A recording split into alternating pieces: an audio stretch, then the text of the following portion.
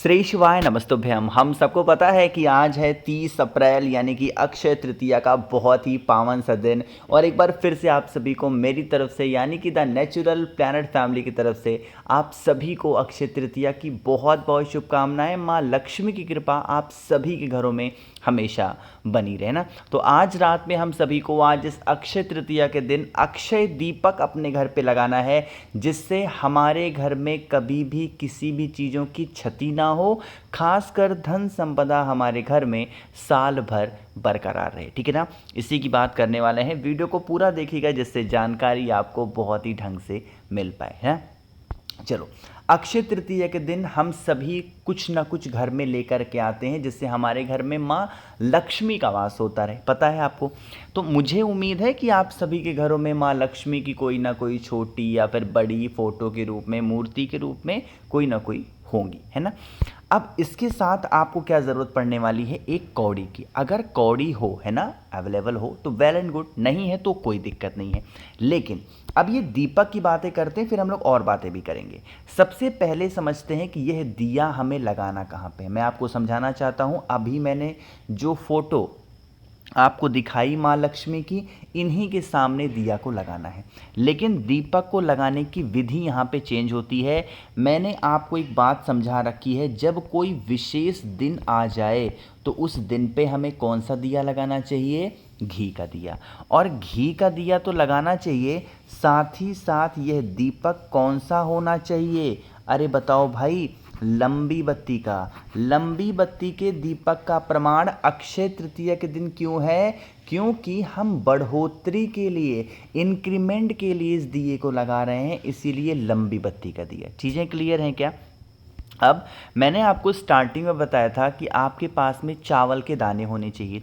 तो आप सभी को चावल का दाना पहले दीपक के नीचे रखेंगे और फिर माँ लक्ष्मी के पास में इस दीपक को प्रज्वलित करेंगे। एक नियम और समझिएगा। अभी भी मैंने आप लोग को एक कौड़ी दिखाई, पहले उस कौड़ी को, अगर घर में है कौड़ी तो बहुत अच्छी बात है, नहीं है तो कोई दिक्कत नहीं, परेशान मत होना।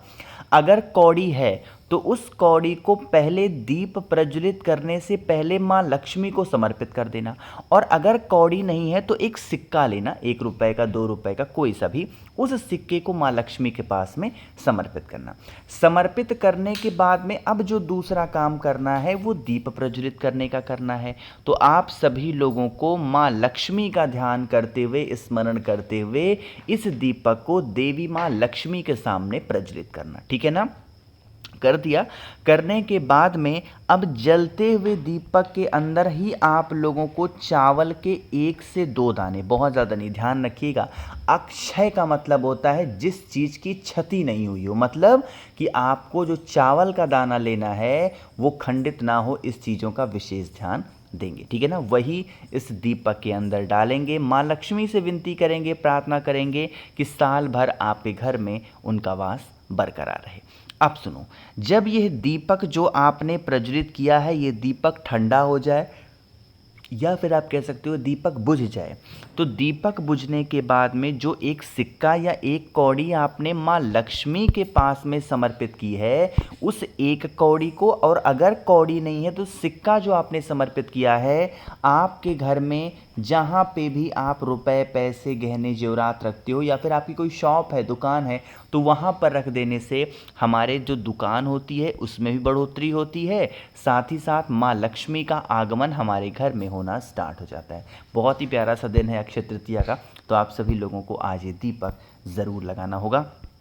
आगे बढ़ते हैं अब इस वीडियो के हम लोग अपने दूसरे उपाय की तरफ। और ये जो उपाय हम लोग करने वाले हैं ना, ये अगर कर्ज की समस्या बहुत ज़्यादा है या धन आपके घर में टिकता नहीं है, कहने का मतलब क्या है कि कमाई बहुत कम है और खर्चे बहुत ज़्यादा हैं, तो आप इस उपाय को ज़रूर करेंगे।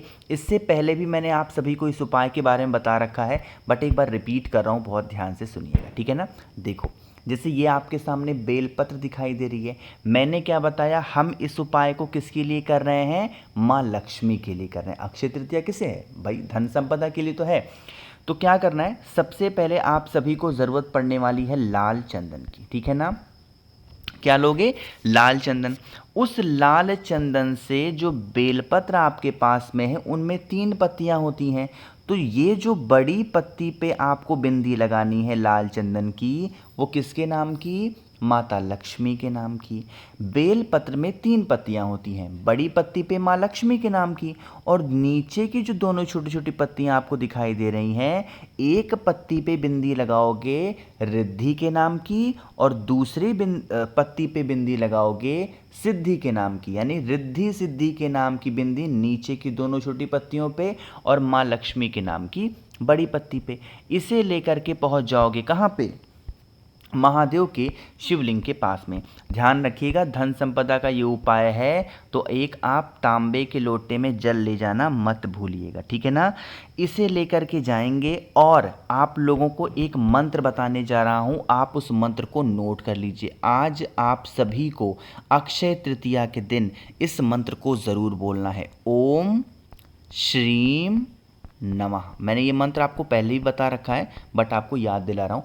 ओम श्रीम नमः का स्मरण करते हुए सबसे पहले आप सभी को उस एक बेलपत्र को भोले शंकर के शिवलिंग के ऊपर क्या बोल के समर्पित करोगे? यही जो मंत्र मैंने लिखा है, ओम श्रीम नमः।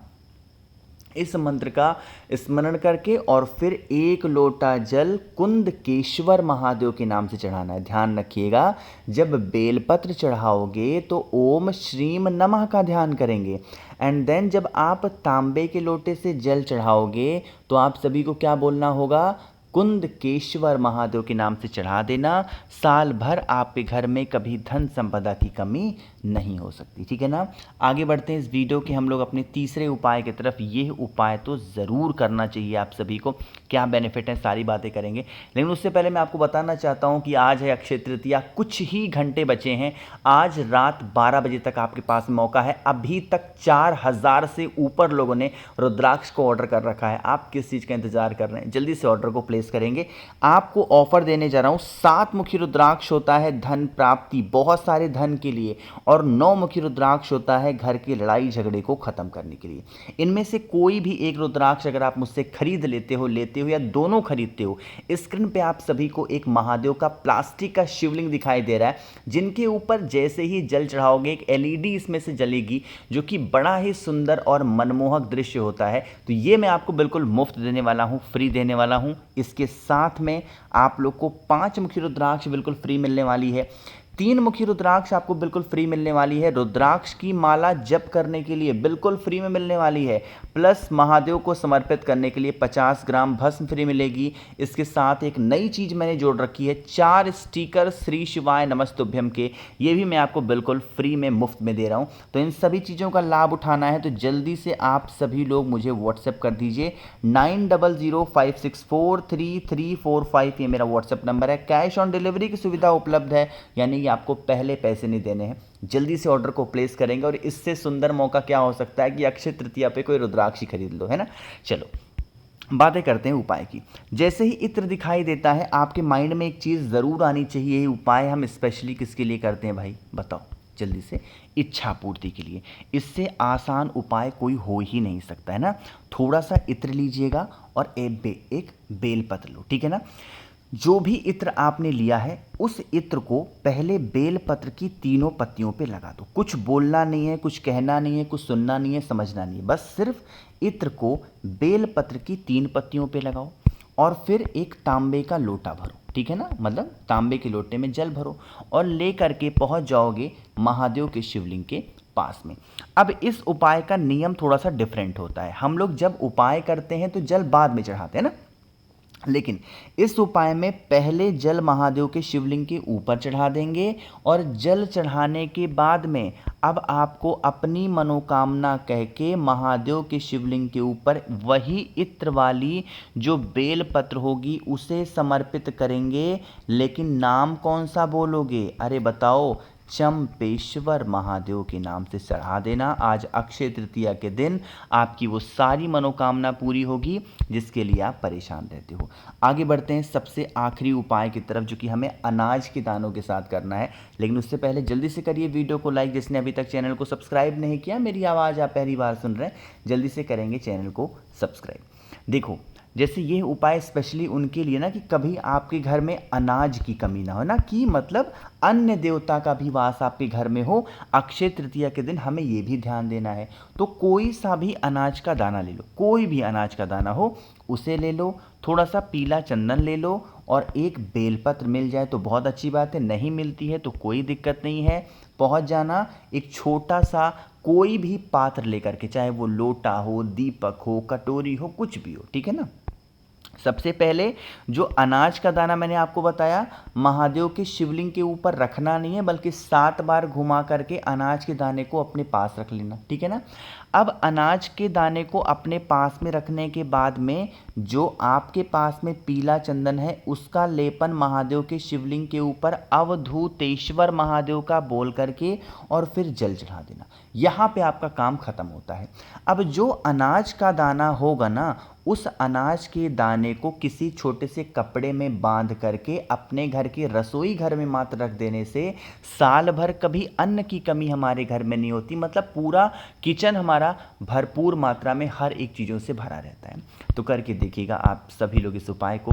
बाकी मैंने कोशिश की आप सभी को सारी चीज़ों को ढंग से बताने की। ध्यान रखिएगा, अक्षय तृतीया के इस दिन पे अगर रुद्राक्ष आप खरीदते हैं तो माँ लक्ष्मी की कृपा आप सभी के घरों में हमेशा बनी रहेगी। इससे सुंदर दिन क्या ही मिलेगा कोई भी चीज़ों को खरीदने का। वीडियो पसंद आई हो तो लाइक करिएगा, कुछ पूछना है नीचे कमेंट सेक्शन में पूछें, और मेरे जितने भी भाई बहन आवाज़ आज मेरी पहली बार सुन रहे हैं चैनल को ज़रूर सब्सक्राइब करेंगे। श्री शिवाय नमस्तुभ्यम।